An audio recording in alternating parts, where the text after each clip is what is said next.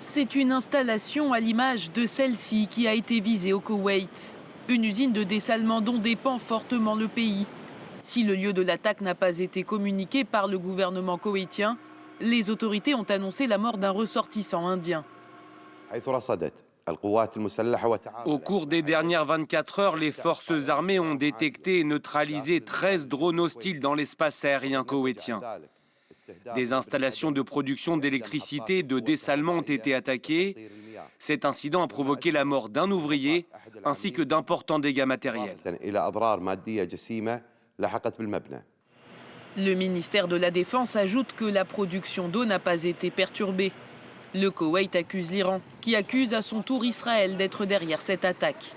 Depuis le début de la guerre, des installations similaires ont été ciblées, comme à Bahreïn le 8 mars, lorsque des drones iraniens ont endommagé une station de dessalement.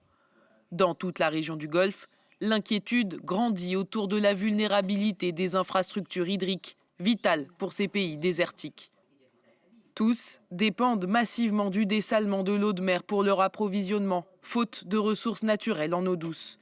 Dans des pays comme le Koweït, le Qatar et Oman, 90% de l'eau potable provient de ces usines. Ce qui pourrait expliquer que les monarchies du Golfe s'abstiennent de répondre militairement aux frappes iraniennes sur leur sol, afin d'éviter que les attaques sur les installations de dessalement se multiplient.